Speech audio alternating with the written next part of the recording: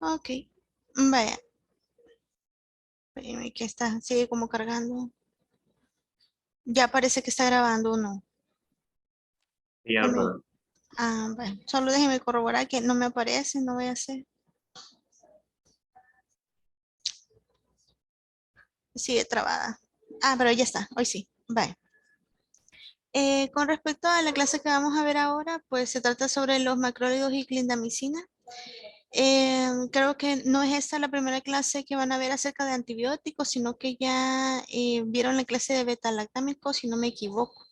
Entonces, si no, pues vamos a hacer algunas pequeñas ¿qué? Retroalimentaciones al respecto de cosas que tengan que ver con antibióticos en sí. Si se fijan, pues prácticamente todos los medicamentos que tengan que ver para la eliminación de las infecciones por medio de bacterias están bien relacionados a impedir, digamos, la replicación que tengan ellas. Es decir, ustedes creo que todavía no se les ha podido subir la clase de los fundamentos principales acerca de los antimicrobianos, pero ahí cuando se le suba, y ahí pido una disculpita, ¿verdad? Pero la doctora ha estado incapacitada, entonces no le vamos a poder subir, pero ahora sí, creo que sí se le va a subir.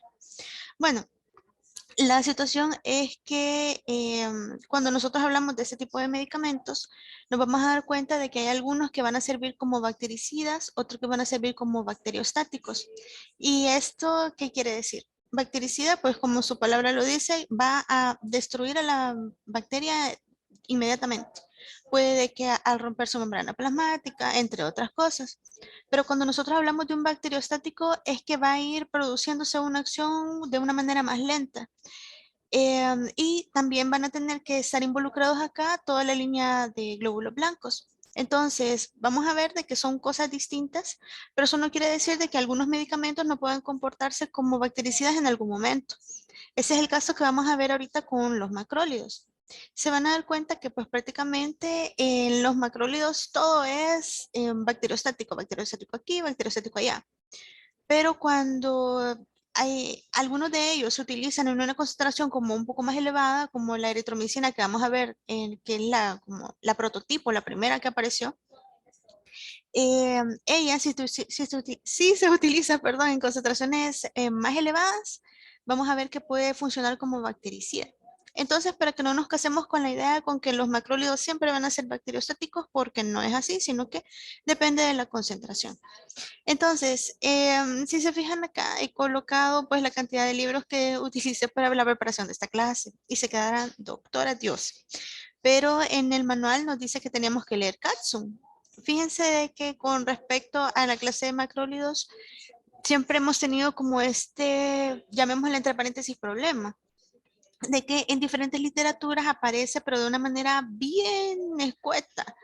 Si nosotros leemos Katsun, pues nos lo menciona, digamos, en unas palabras un tanto técnicas.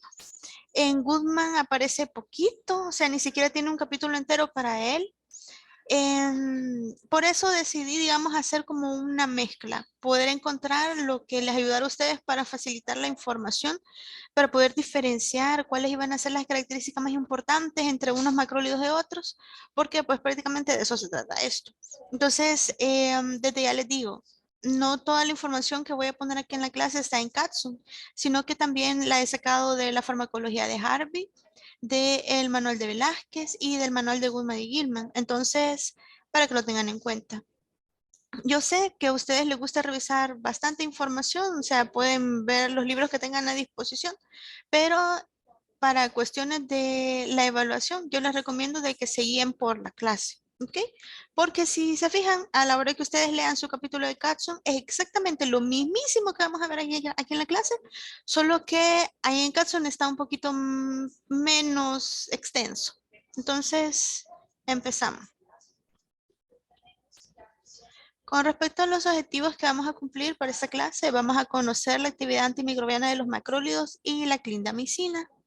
Vamos a describir el mecanismo de acción de los macrólidos y la clindamicina, enunciar los mecanismos de resistencia que va a generar a este grupo de medicamentos, los microbios, ¿verdad? Conocer la farmacocinética, las vías de administración y las principales dosis de estos grupos. Eso igual, ¿verdad? Como les decía, si nosotros comparamos la literatura, vamos a hallar diferentes, incluso vidas medias, ya lo vamos a ver cuando lleguemos a esas diapositivas. Y así podemos nosotros ver también diferentes dosis. Las dosis sí las he agarrado de Goodman para que lo tengan presente. Quiero ver. Enunciar las aplicaciones terapéuticas, reacciones adversas de la clindamicina. Enunciar las aplicaciones terapéuticas, reacciones adversas y ejemplos de los macrólidos. Entonces, prácticamente esas son como los dos tipos de medicamentos con los que vamos a estar trabajando. Si nosotros pensamos en una infección, digamos que sea a nivel de piel, por ejemplo, nos lo ponen acá, o una infección que sea a nivel respiratorio, nosotros podemos comenzar a pensar directamente en macrólidos. Por supuesto, cuando nosotros ya hayamos agotado, digamos, el uso de penicilinas o cuando nuestro paciente sea alérgico a ese tipo de medicamentos. Entonces veamos que son entre la familia de antibióticos como el primer escoge, siempre y cuando nosotros ya hayamos agotado el uso de la penicilina o que el paciente sea alérgico. Entonces vemos cómo están constituidos los macrólidos. Nos dice acá que son un grupo de antibióticos con estructura de una lactona macrocíclica y uno o más desoxizúcares añadidos. Esto es mera, digamos, descripción química al respecto de cómo está conformado el antibiótico, pero lo que tenemos que tener en cuenta es esto. Siempre vamos a tener nosotros el anillo de lactona, que es el que observamos acá, y que su cantidad de carbono puede variar. Vamos a ver de que hay algunos que tienen 14, otros que tienen 15, incluso hay algunos que tienen 16. Y también en relación a eso vamos a poder identificar cuáles son los diferentes nombres que pueden adquirir. En la siguiente diapositiva he colocado una imagen que encontré en internet que me pareció bastante interesante porque nos dice cabal cuáles son los que tienen 14, los que tienen 15, los que tienen 16 carbonos en su anillo. Y por otra parte, pues siempre vamos a tener el acompañamiento de los azúcares. En este caso estamos viendo el ejemplo de la eritromicina, que es la que les comentaba que es el prototipo. Entonces, ella va a tener la desosamina y la cladinosa como azúcares añadidos. Esto nada más como un dato de conocimiento general, porque, como les digo, solo tenemos que apreciar cómo está constituido, pero no es que nos interese mucho eh, reconocer cada forma, cuáles son los azúcares que la van a componer. Entonces, dentro de lo que podemos hablar acerca de la eritromicina, tenemos que fue el primer fármaco de esta clase con aplicación clínica, bien como fármaco de elección o como alternativa a las penicilinas en individuos alérgicos a antibióticos betalactámicos, que es precisamente lo que mencionábamos. Se van a dar cuenta de que cuando nosotros hablamos de macrólidos es como que habláramos siempre de lo mismo. Vamos a hablar acerca de la claritromicina, de la eritromicina y de la acitromicina. Hay otros que van a aparecer por ahí, como la telitromicina, em, pero prácticamente tienen el mismo mecanismo de acción, van a tener casi siempre los mismos efectos adversos, es decir, son muy parecidos. Entonces, a lo largo de las diapositivas, lo que he hecho es comparar cuáles serían como las mayores diferencias que van a haber entre cada uno de ellos, para que no pensemos que todos van a actuar de la misma manera o que todos van a ser idénticos en sí. Se parecen muchísimo, pero no son iguales. Entonces, he colocado acá un mecanismo de acción de una manera general, pero luego vamos a ir viendo fármaco por fármaco para ver cuáles son las diferencias, como les digo. Entonces vemos que como mecanismo de acción general, los macrólidos se unen irreversiblemente, ya saben ustedes el significado de esta palabra, que no hay vuelta atrás, a un lugar de la subunidad 50S del ribosoma. Vale. ¿Se acordarán ustedes cuando comenzaba a verse lo de la replicación del ADN y del ARN, de que, digamos, eso contribuía a la creación del ciclo de la vida?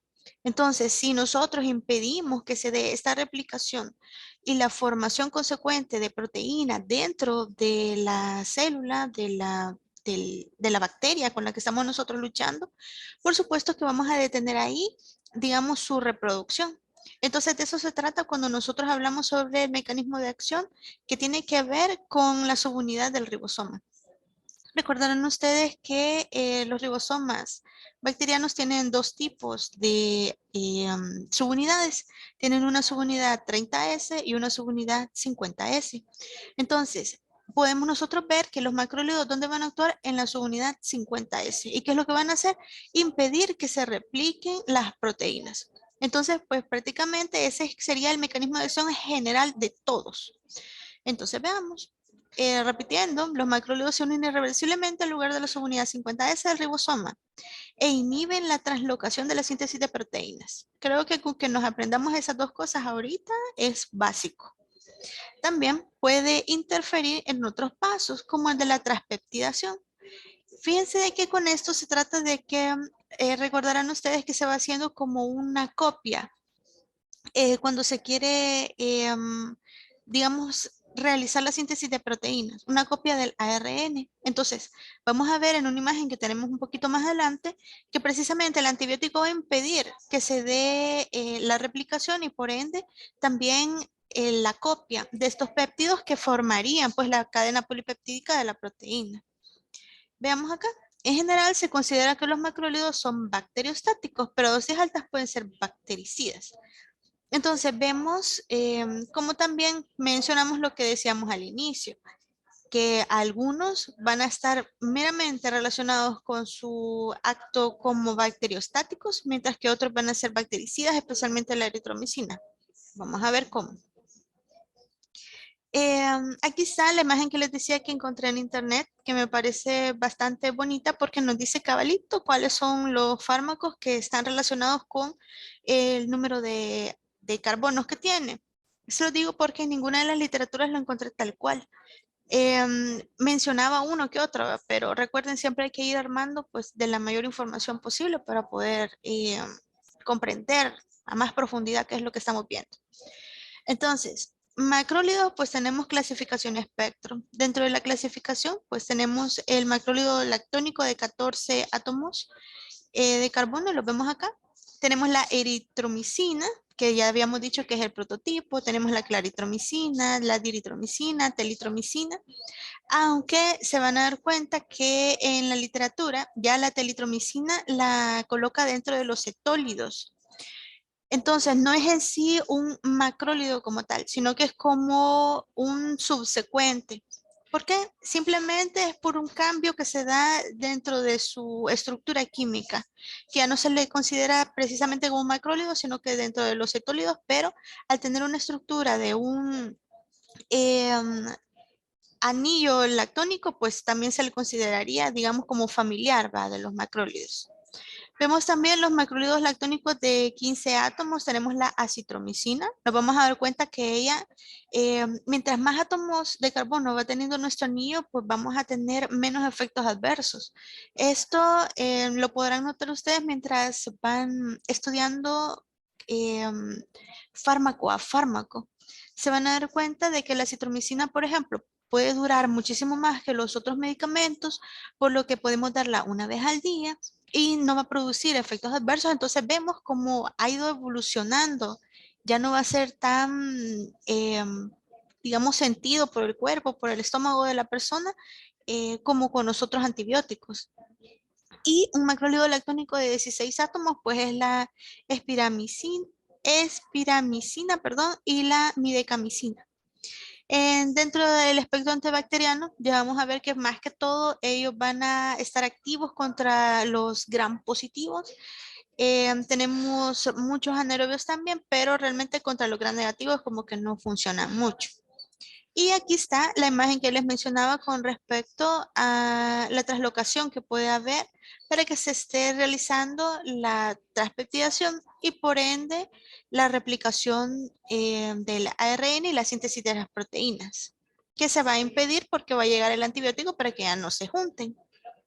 Recuerden que esto es como ir formando una cadenita, imagínense que fuera como un collar de perlas. Entonces, cada uno de los aminoácidos va a ir, digamos, siendo una de las guinditas o de las perlitas.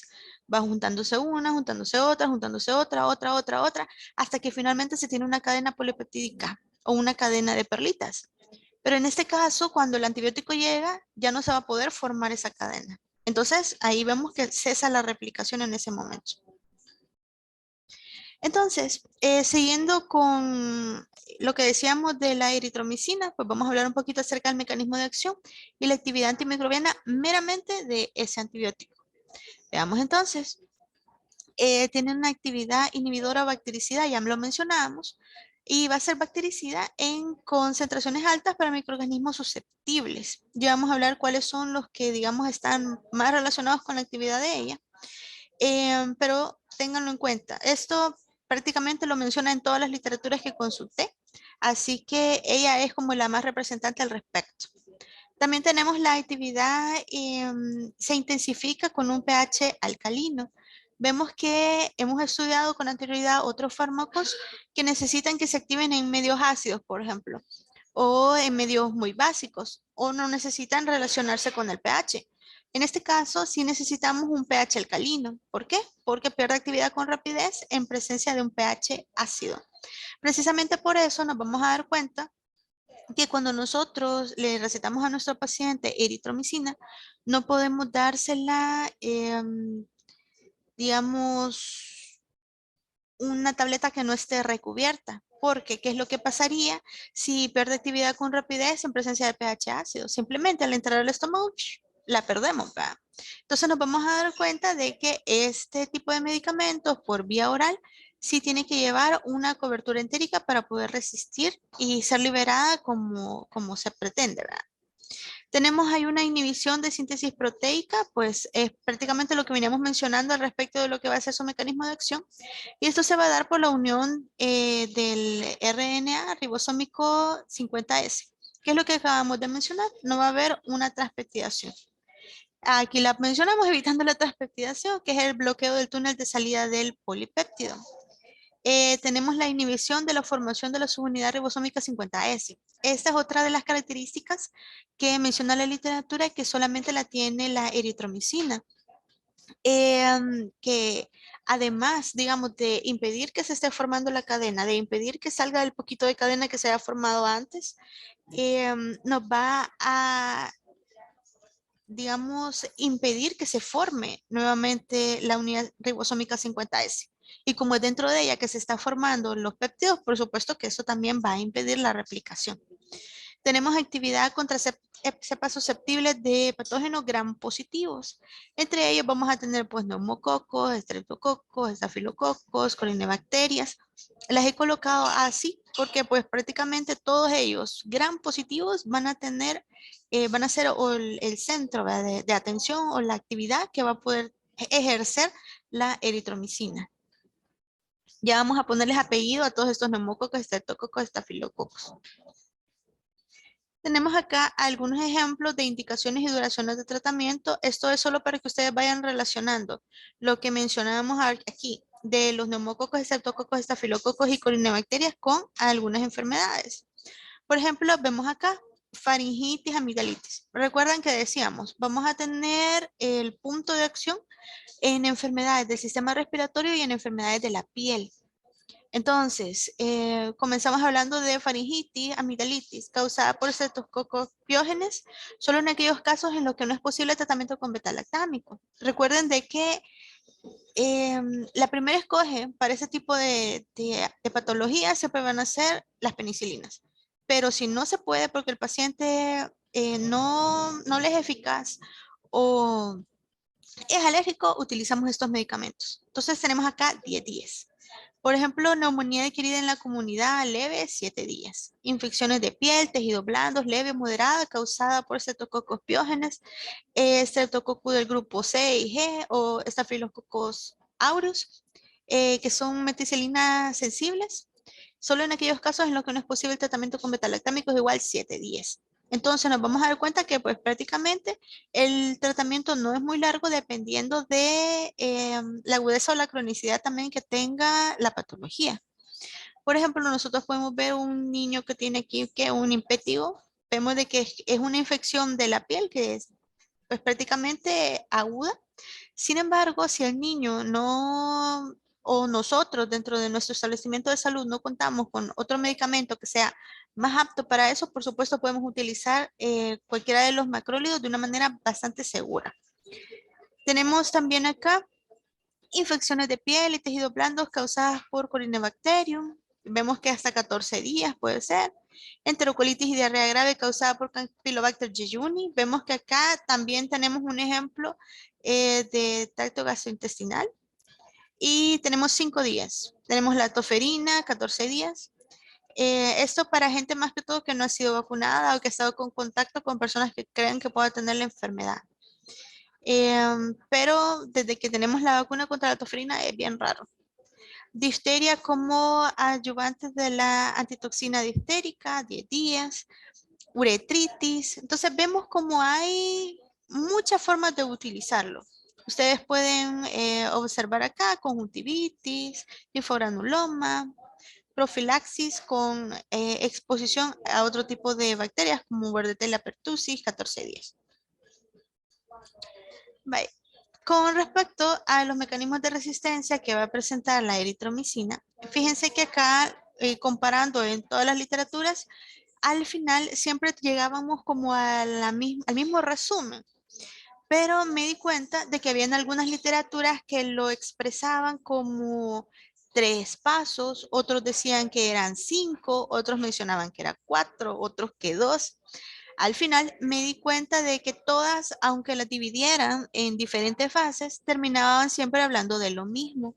Entonces lo que hice fue colocar acá los que aparecen en las literaturas para que nosotros nos demos cuenta que hablan lo mismo. Entonces, aunque le he colocado acá que son 5, nos vamos a dar cuenta de que podemos generar 2 en 1, así como aparecen en Katsu. Pero como les digo, para cuestiones de las preguntas que voy a hacer para el examen, lo vamos a tomar de acá. ¿Por qué? Porque hemos hecho, como les digo, un resumen de todo para que todo encaje y lo podamos identificar desde varios puntos de vista. Yo no les voy a preguntar cuántos mecanismos de resistencia son, sino que una pregunta que puede ser de los siguientes, escoja cuál no es un mecanismo de resistencia o cuál es el mecanismo de resistencia. Como ustedes van a saber cómo están estructurados los 5, no va a haber ningún problema. Entonces vamos analizándolo y ustedes se van a dar cuenta ahorita que todos tienen un gran sentido de ser. Veamos entonces. La resistencia a la eritromicina se está convirtiendo en un problema clínico importante, nos dice la literatura. Por ejemplo, la mayoría de las cepas de estafilococo intrahospitalario son resistentes a este fármaco y se han identificado varios mecanismos de resistencia. Vale. Antes que hablemos de ellas, quiero que piensen en algo. Hasta el momento se ha mencionado acerca de la resistencia quizás muy poco, porque resistencia se va a ver con los fármacos antibióticos solamente. Porque recuerden de que esto se va a generar cuando nosotros estemos administrando un medicamento antibiótico, pero el paciente no haga un buen uso de él. Por ejemplo, lo que hemos mencionado con anterioridad en otras ocasiones, que de repente a una, o quizás creo que no fue con ustedes, pero se los comento, ¿verdad? Una persona me dijo una vez en una clase, mire doctora, que las personas que toman, creo que era amoxicilina, creo que estábamos hablando, una cosa de esas. Para el dolor de la garganta, me dice, eso se considera un analgésico.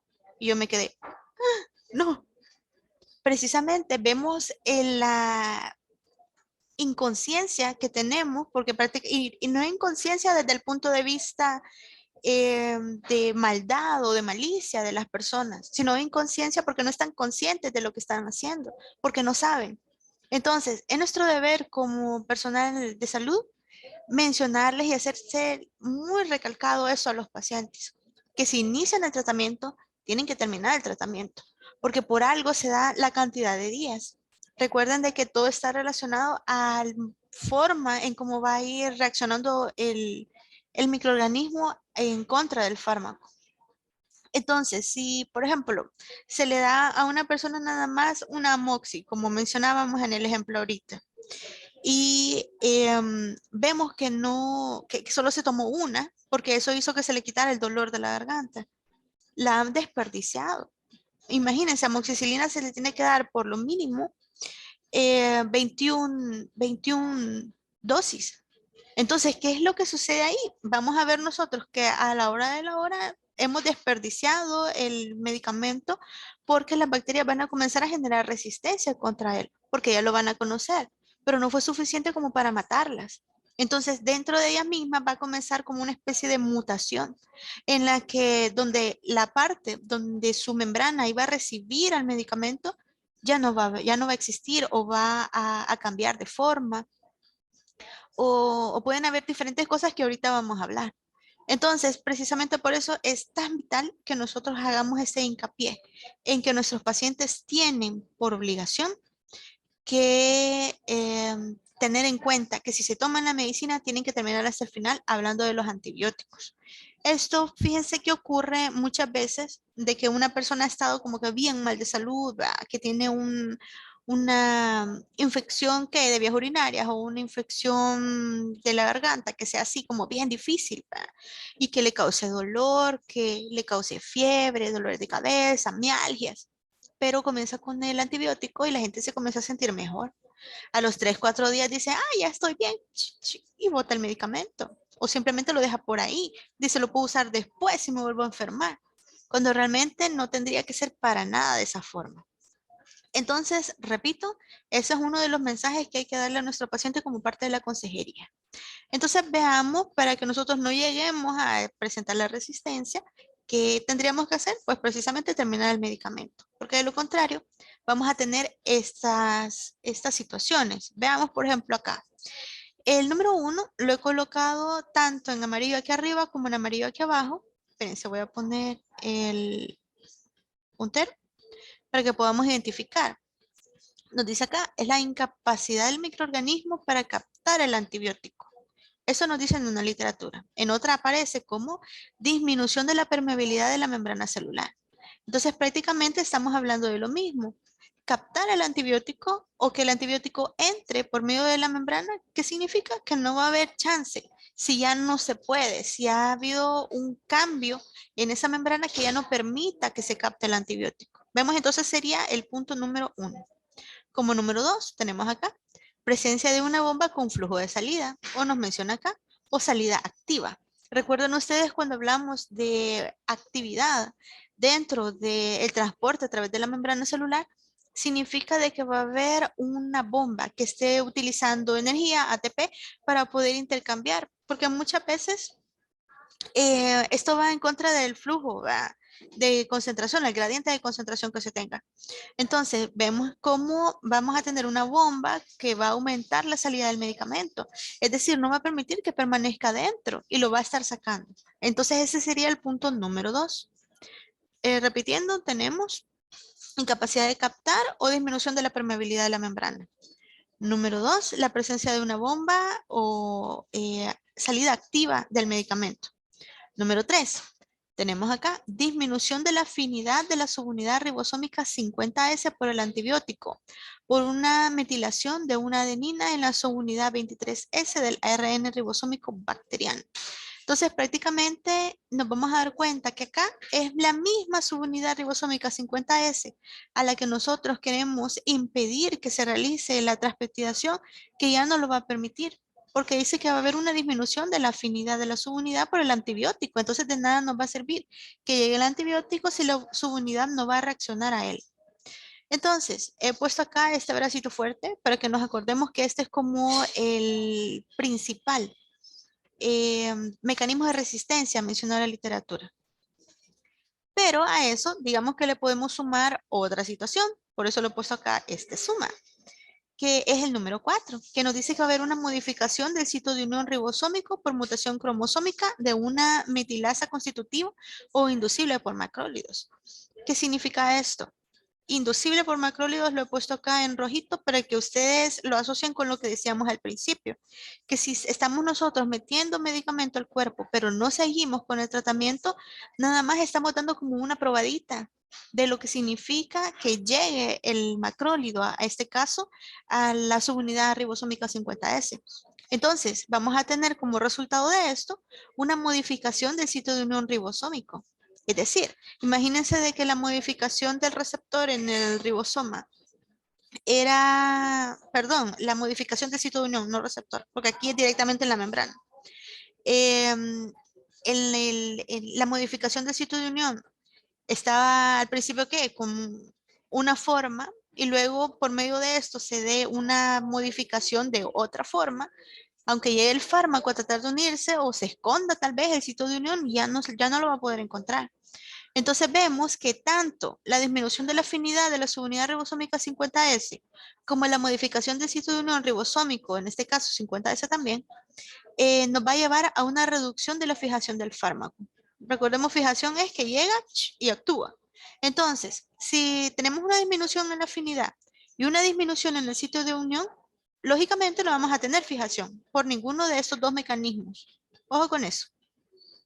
Y como número 5, tenemos acá la presencia de una eritromicinesterasa asociada a plásmidos. Solamente con ver esta determinación, esterasa, saben ustedes que significa romper. Entonces, vamos a ver que van a haber hidrólisis de los macrólidos. Y esto pues va a darse por una rotura o una hidrólisis del anillo como consecuencia de la esterasa. Prácticamente va a estar matando también al anillo y por ende no va a poder generar su función.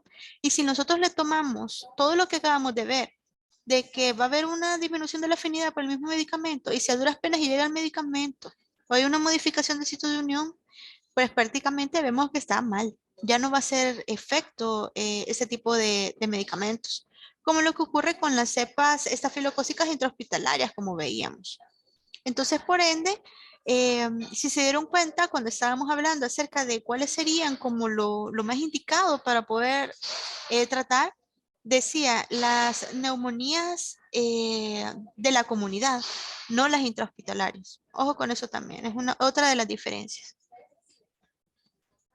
Tenemos acá otros de los medicamentos con los que estamos tratando dentro de los macrólidos son la claritromicina y la acitromicina. Veamos que la claritromicina es un antibiótico que tiene espectro de actividad antimicrobiana similar a la eritromicina, como ya hemos mencionado, prácticamente es muy parecido. Sin embargo, se van a dar cuenta de que hay algunos que están como más indicados para cierto tipo de microorganismos. Veamos, por ejemplo, acá nos dice que es más eficaz contra Haemophilus influenza y también tiene una actividad contra microorganismos intracelulares como clamidia, legionela, la moraxella, ureoplasma y tiene también actividad contra el Helicobacter pylori, como ya lo vimos con anterioridad. Y vemos que es mayor que la actividad que va a tener la eritromicina. También tenemos la acitromicina. Nos dice que aunque es menos activa que la eritromicina frente a septococos y estafilococos, como ya veíamos que era el fuerte de la eritromicina, la acitromicina tiene una actividad mucho mayor contra infecciones respiratorias, como Haemophilus influenza, la Moraxella cataralis. La acitromicina es actualmente el tratamiento de elección en la uretritis por Clamidia trachomatis. Veamos entonces, nos está dando así como los tips de cuáles son precisamente el tipo de afecciones contra los que ellas mejor van a trabajar. También posee actividad contra el complejo Mycobacterium ovium intracelular en los pacientes con síndrome de inmunodeficiencia adquirida e infecciones diseminadas. Vemos entonces acerca de la farmacocinética la comparación que les mencionaba. Veo que en chat voy. Me dice por qué muchas infecciones doctores recetan acitromicina solo por 5 días máximo. Se van a dar cuenta cuando, gracias por la pregunta, Cristina, cuando veamos los cuadritos comparativos acerca de los días, que los días son bastante pequeños en algunas situaciones. Les digo, todo depende de la patología. Entonces, me imagino de que la severidad o la dosis que dejan ha de ser alta. Eso es otra cosa que mencionaba la literatura, de que, por ejemplo, hay algunos profesionales que empiezan, digamos, con una dosis de carga, es decir, con 1 gramo al día de acitromicina, por ejemplo. ¿Y qué es lo que sucede? Nos vamos a dar cuenta de que a medida que van pasando los días, esa dosis, como decíamos, era de carga. Tenemos que irla disminuyendo y por eso podemos nosotros disminuir incluso la cantidad de días. Nos menciona la literatura que la dosis luego puede ir entre 250 y 500. Entonces vemos que es bastante menor a la dosis con la que iniciamos en un inicio. En un principio, ven, que ver el chat. Me dice, uy, pensé que ahí cayó varias cositas, ahí quiero ver. Hay algunas dosis de acitromicina que son de 3 días. ¿A qué se debe que la prolongación de tratamiento no es tan larga como la eritromicina? Les comentaba que la acitromicina es la más poderosa y lo vamos a ver primero empezando por la composición del anillo. ¿Se acuerdan que tenía 15 carbonos, si no me equivoco? Y nos menciona la literatura que mientras más anillos tengan los medicamentos, pues van a tener una actividad más fuerte, que va a necesitar, digamos, menos dosis y menos prolongación de tratamiento. Excelente. Veamos. ¿Cuál de esos 5 conceptos es el que tomaremos para explicar propiamente la definición de Son todos. Digamos que no son conceptos. Voy a retroceder para explicar un poquito mejor eso. Vale, gracias, Alexa. Doctora, Vamos. yo tengo una duda. Dime. Porque se dice que la eritromicina es como que la principal, pero aquí tenemos que la eritromicina es la de mayor, es la que mayor, ¿cómo le digo? Que tiene ¿cómo es? Mayor efecto. Es que no es que sea principal, sino que es el prototipo, es decir, la primera con la que se estructuró, digamos, con la que se trabajó para ver si tenía algún proceso en las patologías y pudo tratarse clínicamente con ella. Digamos que tiene que ver por la historia que ha tenido el medicamento. Ah, vaya, está bien. Gracias, doctora. Ujú. Vaya, con respecto a lo que me preguntaban de la resistencia, les decía, estas son como diferentes explicaciones, no es que sean conceptos, sino que o puede ser por incapacidad del microorganismo para captar el antibiótico, o puede ser por una subunidad ribosómica que esté con una disminución por la afinidad, o puede ser por una modificación del sitio de unión, o puede ser por presencia de eritromicina esterasa. Entonces, por cualquiera se puede dar la resistencia. No es que, digamos, sean cosas diferentes. Lo que les comentaba que había encontrado diferente en las literaturas era de que algunos, en vez de poner que eran 5, decían que eran 3 mecanismos, por ejemplo. Pero habían puesto, por ejemplo, el 1 y el 2 en uno solo. Y por eso se reducía. Eso lo van a encontrar en Catson, que pues prácticamente se ha hecho como un resumen del resumen, por así decirles. Pero acá he tratado de desglosarlo cabal en los 5 mecanismos que encontré para que ustedes puedan diferenciarlos. No sé si ahora sí, ya mejor. Quiero ver el chat. Ok, me pone muy bien. Uy, ven. ¿Y por qué no me hablan? Porque muchos me escriben. Espérate, voy a ver, voy a ver. Me dice, yo he escuchado varias veces que es un error dar acitromicina como primera elección. ¿Esa produce más resistencia o está más relacionada a otros factores? Mm, Tendríamos que ver el hecho de por qué estás mencionando esto. Se me ocurre, fíjate que es más en relación a lo que decíamos al principio, de que los medicamentos que están como la primera opción para ese tipo de infecciones son los betalactámicos. Pero si nuestro paciente no tiene efecto con ellos o es alérgico, entonces utilizamos los macrólidos. Pero vemos que son como, digamos, el segundo escoge dentro de la elección principal. Pero ellos mismos pues pueden trabajar de una manera súper efectiva porque son muy buenos medicamentos. Sí, creo que por ahí va la cosa. Veamos. Me dice, no es una cadena de eventos cronológica, sino diferentes mecanismos de resistencia, ¿verdad? Exactamente. Gracias, Oscar. Veamos, me dicen por acá. Cabe recalcar que la citromicina se utiliza para el tratamiento de COVID en muchos países. También, veamos el mecanismo de resistencia 3 y 4 serían los más importantes, ¿verdad? No es que sean, sí, sí, sí, ahora que lo dice, sí, ya me acordé. Por eso les puse acá la manita fuerte, para que nos acordemos. No es que sean los más importantes, sino que son los que más se dan. Y la suma de ellos dos, pues nos va a dar una reducción de la fijación del fármaco. ¿Ok? Vale, sí, avancemos. Les decía que íbamos a realizar una comparación de la farmacocinética. Veamos con respecto a la administración. Vamos a comparar la citromicina, la claritromicina y la eritromicina para ver cuáles son como las diferencias que podemos encontrar. La eritromicina base se administra en tabletas con cubierta entérica. Ya habíamos mencionado esto que era para que no se desintegrara en el estómago. Nos dice por acá que se absorbe por vía oral para evitar que se destruya por el ácido gástrico. Veo el chat. Si estos medicamentos necesitan estar en un pH básico, significa que deben administrarse después de comer. Fíjate de que hay algunos que sí tienen esa indicación y otros que no. Como les decía, aunque tengamos unos fármacos que están dentro de las mismas familias, como en este caso los macrólidos, nos vamos a dar cuenta de que algunos sí piden ese requisito. Ya les voy a poner una tablita donde está cabalito, si lo necesitan o no.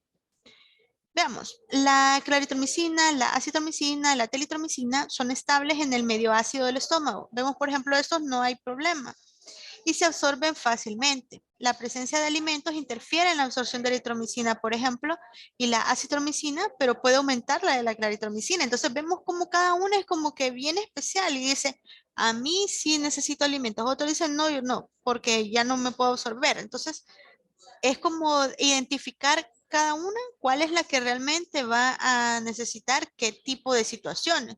Y así vamos a poder decir a nuestro paciente en qué momento se la tiene que tomar. Ya con esto podemos nosotros, digamos, observarlo, ¿verdad? Que la presencia de alimentos va a interferir en la absorción de eritromicina. Por ende, no puede estar. Yo me acuerdo que más adelante aparece, pero que son alrededor como 2 horas después de comer que se tiene que dar la eritromicina. Y nos dice por acá, la citromicina puede aumentar perdón, y la citromicina también, ¿verdad? Pero puede aumentar la de la claritromicina. Vemos, nos dice la citromicina se encuentra disponible en la administración intravenosa, pero el empleo de ella se asocia a elevada incidencia de tromboflebitis también. Entonces, recuerden ustedes, siempre tenemos como ese sopesar, ¿verdad? Identificar cuáles son los pros, cuáles son los contras. Si nuestro paciente se la puede tomar por vía oral, pues genial. Pero si hubiera alguna indicación por la que el paciente no puede por vía oral, se tendría que hacer intravenoso. Aunque tengamos nosotros este problema que tendríamos que estar como controlando.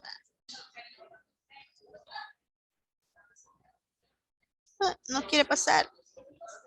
Voy a intentar con el mouse. Vale. Con respecto siempre a la farmacocinética, vemos en el caso de la distribución. Fíjense que acá esta imagen nos aparece en Harvey y acá lo que les he colocado es de Katsun. Con respecto a la información que nos da Katsun, también la corrobora Goodman y Gilman y también la corrobora Velázquez. Entonces, dejé siempre lo de Harvey, pero que ustedes puedan identificar de que aunque estemos hablando de los mismos medicamentos, puede que diferentes estudios o en diferentes años se haya visto de una manera distinta. Entonces, pero lo que vamos a utilizar para fines de evaluación es lo que aparece en Katsun. ¿Ok? Vamos entonces, distribución. La eritromicina se distribuye bien por todos los líquidos corporales, excepto en el líquido cefalorraquídeo. Veamos que prácticamente esa es otra característica que van a tener todos los macrólidos. Ellos van a pasar, a atravesar, perdón, la barrera placentaria incluso. Van a tener alguna fracción de eyección en la leche materna, pero en el líquido cefalorraquídeo y a nivel cerebral no. Entonces vemos que esa es una de las características que tienen los macrólidos. Es uno de los pocos antibióticos que difunden en el líquido prostático y posee la característica de acumularse en los macrófagos, nos dice. La presencia de inflamación permite una mayor penetración en los tejidos. Características importantes. Vemos con respecto a la vida media de la eritromicina, tenemos que puede durar entre 1.5 a 5 horas, según Katsun. Pero si nosotros vemos por acá una semivida de la eritromicina, nos dice 2 horas. No está como tan alejado, pero si se fijan nos da nada más como un número, cuando acá nos da un rango. Quizás si nosotros lo sacáramos como un punto medio, nos daría que la eritromicina tiene 2 horas, pero acá quedémonos mejor con el rango entre 1.5 a 5 horas. Mientras que la claritromicina, fíjense que esta es una característica bien importante de ella, que tiene una vida media de alrededor de 6 horas. Por tanto, digamos que la dosificación que se va a dar en relación a la cantidad de dosis al día va a ser menor a la que se va a dar con la eritromicina. Eritromicina comúnmente, si se fijan, dura bien poco, 1.5, 5 horas o según Harvey 2 horas. Entonces, ella se estaría dando 3 veces al día. Sin embargo, la Clary, vamos a ver de que se va a dar 2 veces al día. Y acá en Harvey nos menciona que la semivida de la claritromicina es de 3.5. Cuando vemos que acá ya nos dice que 6. Y en la mayor parte de la literatura nos aparece que 6. Entonces quedémonos con los 6 horas de Catsun porque eso va a respaldar el tiempo de separación que va a haber entre las dosis, que son cada 12 horas. ¿Ok? Con respecto a la amicacina y a la telitromicina, acitromicina, perdón, y a la telitromicina, ¿qué es lo que va a suceder? No he colocado lo que aparece en Catson porque es lo mismo. Esta sí respeta que tiene una semivida, digamos, bastante alta, mayor de 40 horas. Por eso nos menciona la literatura de que la acitromicina solo se va a dar una vez al día. Y tenemos acá la telitromicina, tiene una vía media de 10 horas. Por eso ella decía la literatura que podía tener, digamos, dos opciones. O darla 2 veces al día, porque sería como una recapitulación, o puede darse solamente una vez. Entonces vemos cómo poco a poco, como les decía, ¿verdad? Mientras más anillos vaya adquiriendo el medicamento, pues va a ir mejorando, va a tener una semivida más larga y por ende la dosificación va a ir disminuyendo en relación a la cantidad de veces que hay que darla. Vemos acá, hay algunos aspectos que también me parecieron bastante interesantes, los he colocado acá en amarillo para que ustedes lo tengan en cuenta. Por ejemplo, para la eritromicina, bajo el cuadrito que no veo acá. Para la eritromicina no es necesario el ajuste para la insuficiencia renal. Nos vamos a dar cuenta que según el metabolismo que tenga cada uno de ellos, hay algunos que sí van a estar muy relacionados con el hígado, otros que no. O están relacionados con la depuración a nivel renal, otros que no. La gran mayoría de macrólidos va a tener una depuración y una excreción que se va a dar en bilis. Entonces, por eso vemos que no hay necesidad de un ajuste renal porque no va a depender 100% del riñón. Entonces, veamos. En el metabolismo de la eritromicina y la telitromicina se metabolizan extensamente e inhiben la oxidación de ciertos fármacos a través de su interacción con el sistema de citocromo P450, es decir, un metabolismo hepático. Se ha descrito que la claritromicina interfiere en el metabolismo de los fármacos como la teofilina y la carbamazepina. Por eso recuerden que cuando teníamos nosotros interacciones medicamentosas podíamos tener de dos tipos, o que fueran sinérgicas o que fueran antagónicas. En este caso vemos que va a interferir, no lo va a poder hacer. Por ende, no podemos administrar nosotros claritromicina con teofilina o con carbamazepina. Ojo con eso también. La claritromicina se oxida para convertirse en derivados 14-hidroxi que conserva la actividad antibiótica. Yuri, me levanta la manita. Buenos días, doctora. Una pregunta. En cuanto a la teofilina, me acuerdo que causaba arritmias también. En este caso, ¿cómo Perdón, interfiere en es el que metabolismo? casi no te oí otra vez. Hola, hola, ¿me escucha? Sí, te oigo. Me acuerdo que la teofilina, uno de los efectos adversos era que causaba arritmias. En este caso, ¿cómo interfiere en el metabolismo de esta? No sé si exacerba las arritmias o las disminuye. ¿Cómo sería ahí el comportamiento? No se darían las arritmias, porque al decir interferir significa que no va a proceder la función del medicamento. En este caso, ni la teofilina ni la carbamazepina tendrían efecto. Ah, ok, ok. Gracias, doctora. Bueno, con respecto a la citromicina, veamos, no inactiva la enzima de citocromo P450. Con respecto a la excreción, la eritromicina y la acitromicina se concentran principalmente en bilis, como les mencionaba, y su forma activa se excreta por esta vía. Entonces, prácticamente no tenemos problemas ahí renales. Se produce una reabsorción parcial a través de la circulación enterohepática y los metabolitos inactivos se eliminan por la orina. Entonces vemos que va a haber como la mayor excreción a nivel de bilis, aunque también va a haber una cantidad que va a salir por la orina, pero inactivamente. En cambio, nos dice la claritromicina y sus metabolitos se excretan por el riñón y el hígado. Y se recomienda ajustar la dosis de este fármaco en los pacientes con función renal comprometida. Vemos entonces la diferencia que hay. con eritromicina y con claritromicina. Además de lo que ya decíamos de la interacción que iba a haber con otros fármacos, en este caso tenemos que la claritromicina sí hay que hacer un ajuste para los pacientes que tienen enfermedades renales como la insuficiencia, porque sí va a haber una excreción, digamos, más protagonizada por el riñón en este caso. Entonces, que lo tengamos en cuenta. Dentro de algunas indicaciones de los macrólidos, pues podemos observarlo acá. Estas también, digamos que las he tomado de todo lo que decían las literaturas y he armado un cuadrito para que ustedes puedan tenerlo. Y nos dice acá los sustitutos más adecuados de la penicilina G en todas sus indicaciones, especialmente en pacientes alérgicos a beta-lactámicos. Entonces, como hemos venido repitiendo, si el paciente no puede con los beta-lactámicos, damos macrólidos. Entonces, están indicados para infecciones bacterianas como neumonía por Legionella pneumófila y Mycoplasma pneumonia. Estas, digamos que son neumonías consideradas atípicas, atípico porque no es el microorganismo, digamos, normal, ¿verdad? Que está relacionado con ella. Entonces, damos macrólidos es para este tipo de neumonías especiales también. Tenemos difteria, tenemos toferina, como ya hemos mencionado, infecciones por Moraxella catarrhalis, infección bacteriana del oído como otitis media o otitis externa, infecciones bucales bacterianas como gingivitis. Fíjense que se coloca de esta forma por dos cosas. Uno, si nuestro paciente llega con una infección así, digamos, bien prominente, bien exacerbada, de la garganta, del oído, que nosotros lo observamos y decimos, híjole, esto tiene cara de ser una infección fuerte. Nosotros, al tener ese tipo de medicamentos, como son los macrólidos, como ya sabemos para dónde es que está encaminado el uso de ellos, podemos empezar, digamos, tratamiento sin necesidad de tener primero un cultivo, porque son de amplio espectro en relación a los gram positivos. Pero si nosotros, al mismo tiempo que iniciamos tratamiento, porque no vamos a dejar al paciente ahí, vea, sin darle nada mientras está el cultivo. Recordemos que para eso vamos a mandar siempre un cultivo de las secreciones o de las lesiones si estuvieran contaminadas o algo. Entonces, los cultivos se tardan alrededor de 2 días, 3 días lo más.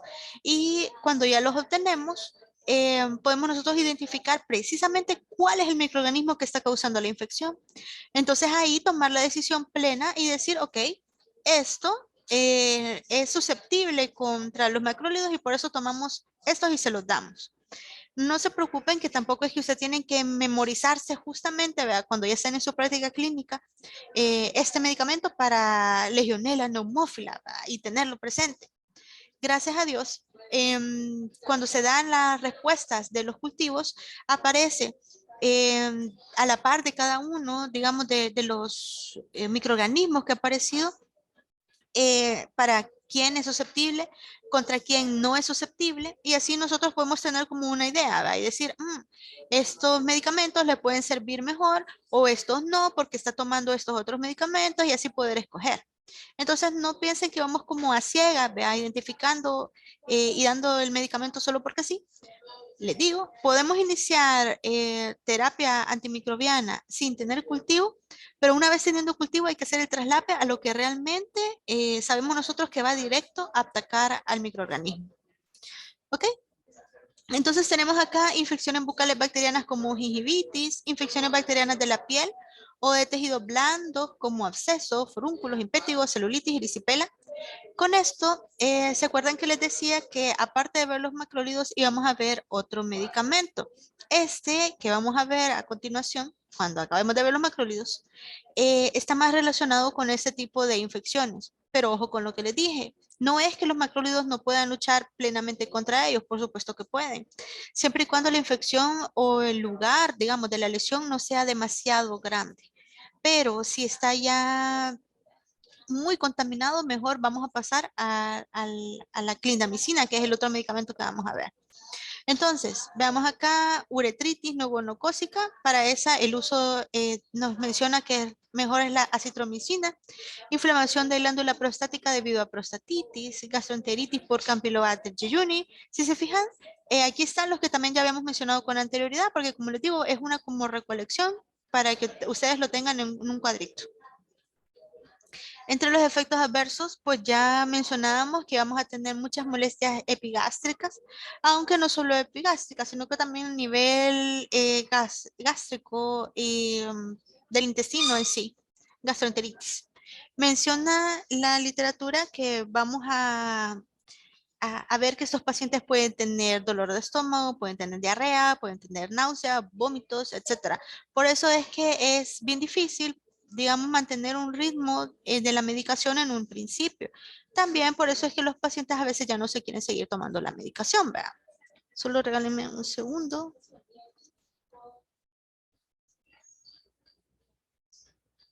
Ah, ok. Solo un segundito.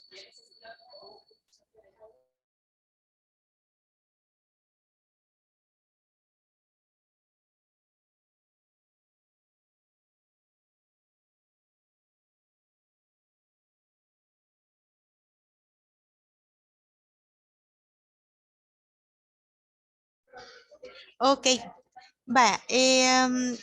Vamos a apurarle un poquito porque ya son las 8. Yo sé que entré un poquitito tarde, pero ni modo.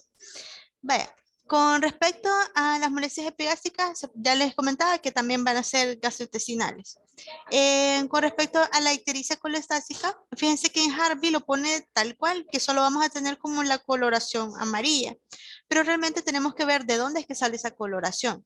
Por ende, ponemos acá que el efecto adverso más importante es la gravedad, es la hepatitis colestática, que prácticamente es una inflamación a nivel de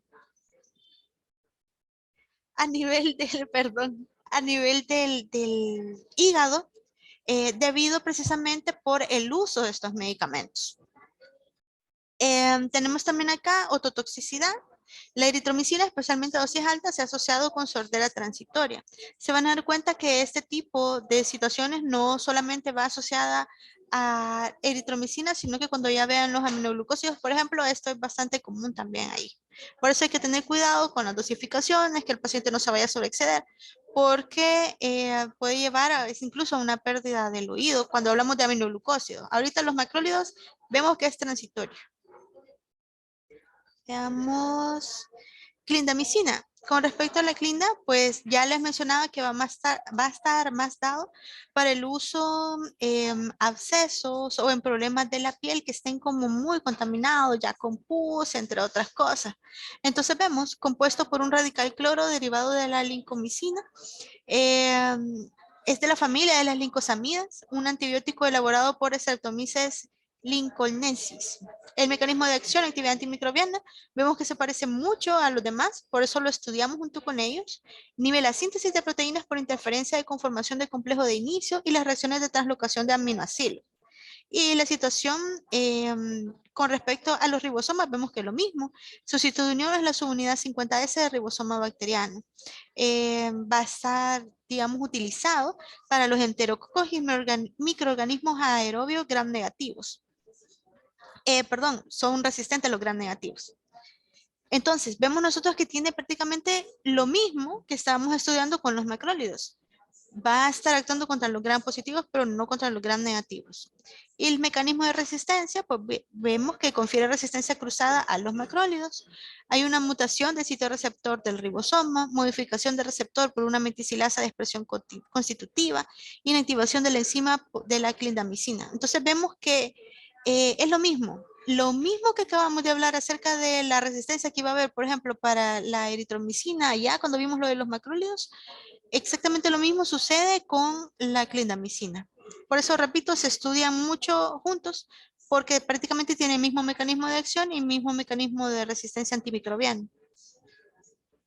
Dentro de la farmacocinética, vemos que penetra bien en casi todos los tejidos, a excepción del líquido cefalorraquídeo, lo mismo que los macrólidos. Penetra bien en los abscesos, gracias a Dios, y es captada en forma activa por las células fagocíticas que la concentran. Se degrada en el hígado y tanto el fármaco activo como sus metabolitos activos se excretan en la bilis y la orina. Tenemos que tiene una vida media de 2.5 horas. Por tanto, pues vamos a tener una dosificación alrededor de 3 veces al día también. Indicaciones, tratamiento de lesiones de la piel y tejidos blandos causados por estreptococos y estafilococos. Esto se ve muchísimo, más que todo en los niños. Se van a dar cuenta de que ellos al estar jugando con la tierra, al rascarse, luego que, imagínense, se cayeron, se les hizo una pequeña heridita, luego les picó, o incluso las mismas picadas de los mosquitos, se van a dar cuenta ustedes. Los niños andan con las uñitas todas sucitas. Entonces, ¿qué es lo que pasa? Les pica y vienen con la uña toda sucia y se rascan. Y ahí se les va haciendo la contaminación se convierte en un absceso. Y ven ustedes que para eso utilizamos este tipo de medicamentos. Activa contra Staphylococcus aureus, hospitalario resistentes a meticilina también. En combinación con aminoglucosias o cefalosporinas, se usa en el tratamiento de heridas penetrantes de abdomen. Vean qué dato más importante. Cuando nosotros hablamos de de heridas penetrantes de abdomen, nos referimos a dos cosas. Por una parte, recuerden que puede ser por arma blanca y por otra por arma de fuego. Entonces, todo va a depender de qué tan sucia esté también la herida. Vemos que gracias a Dios, si nosotros las combinamos, vamos a poder utilizarlas para ese tipo de heridas también. Esto lo van a ver más que todo ya cuando ya lleven cirugía. Dentro de la dosificación, les comentaba de que esa la saqué del manual de Goodman y Gilman, porque parecía tal cual bien bonito. Esta tabla no está así, sino que aparecía entre párrafos, así que yo la he ido armando, pero así, aquí se las dejo para que ustedes vayan identificando. Veamos que es bien importante que observemos que dosis de adulto y dosis pediátrica van a diferir y también en relación con lo que mencionábamos acerca de la cantidad de días.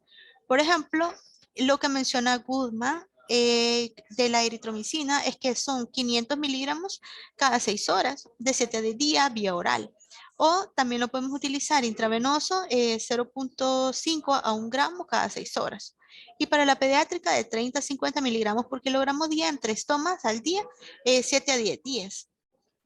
Fíjense que cuando ya llevemos la farmacología aplicada, vamos a aprender a identificar qué significa esto de kilogramo día o kilogramo dosis. No se lo explico ahorita porque igual no tenemos todavía mucho tiempo ahorita en la clase, vamos corriendo. Y esto va más que todo el momento del cálculo que vamos a hacer para saber cuánto le tenemos que dar al paciente en relación de cucharadas. Recuerden que los niños no pueden tomar tabletas. Entonces, se les saca el cálculo para ver cuánto de ese jarabe, cuánto de esa solución que le vamos a dar, se le va a dar en relación a las cucharadas. Porque cada cucharadita son 5 mililitros, entre otros datos que vamos a ver más adelante. Tenemos acá la claritromicina, 500 miligramos cada 6 horas, 7.5 miligramos por kilogramo cada 12 horas, y la acitromicina, etc. Ustedes pueden observarlo acá, se los dejo, tomen el screenshot, de todas maneras queda grabado en su video, para que ustedes puedan recapitular la dosis. Y este cuadro aparece en su libro de Katzun, si no me equivoco, y menciona cabal, digamos, como un resumen, las partes más importantes acerca de los macrólidos y la lincosamida que vimos, que es la clindamicina. Si se fijan, habla de la resistencia, de la actividad que va a tener, de las indicaciones que va a tener y de las vías que vamos a poder utilizar. Y con eso terminamos. ¿Ok? Bueno, yo sé que el último pedacito corrimos un poco. Si tienen dudas más adelante, cuando ya estén repasando con su literatura o vuelvan a ver el video, saben que me pueden escribir. Fue un gusto. Cuídense. Gracias. Muchas gracias, doctora. Feliz día. Gracias a ustedes. Gracias. Gracias. Gracias, doctora.